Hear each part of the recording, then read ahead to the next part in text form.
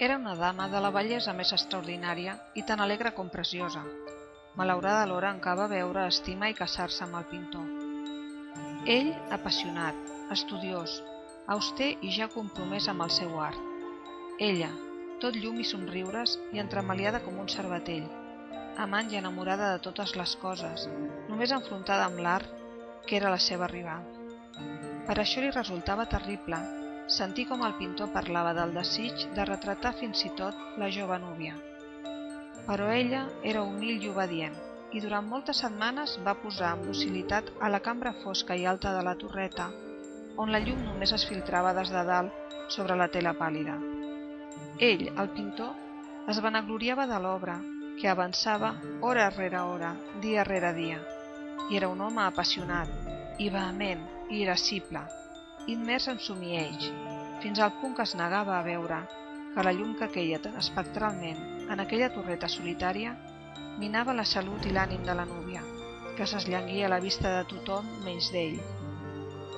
Però ella conservava el somriure, sense queixar-se, perquè veia que el pintor, que tenia molta anomenada, trobava un plaer fervorós i ardent en la tasca, i esmerçava dia i nit a reproduir la que tant l'estimava, però que cada cop estava més abatuda i dèbil.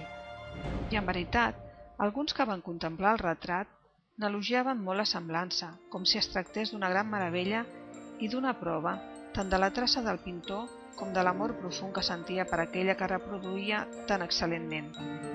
Però a la fi, quan el treball s'acostava a la conclusió, no es va admetre ningú a la torre, ja que el pintor s'havia entusiasmat en l'ardor de la tasca i rarament apartava la vista de la tela, ni per mirar el rostre de l'esposa.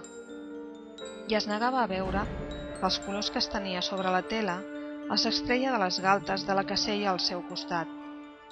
I quan havien passat moltes setmanes i ja quedava molt poc per fer, excepte una pinzellada sobre la boca i un matís als ulls, l'ànim de la dama va tornar a vacil·lar igual que la flama al buit del llum.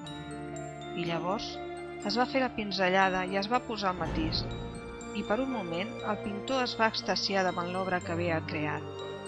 Però tot seguit, mentre encara l'admirava, va tremolar i empal·lidir molt, i es va horroritzar, i exclamant «Això és la vida mateixa», es va girar d'una revolada per mirar l'estimada.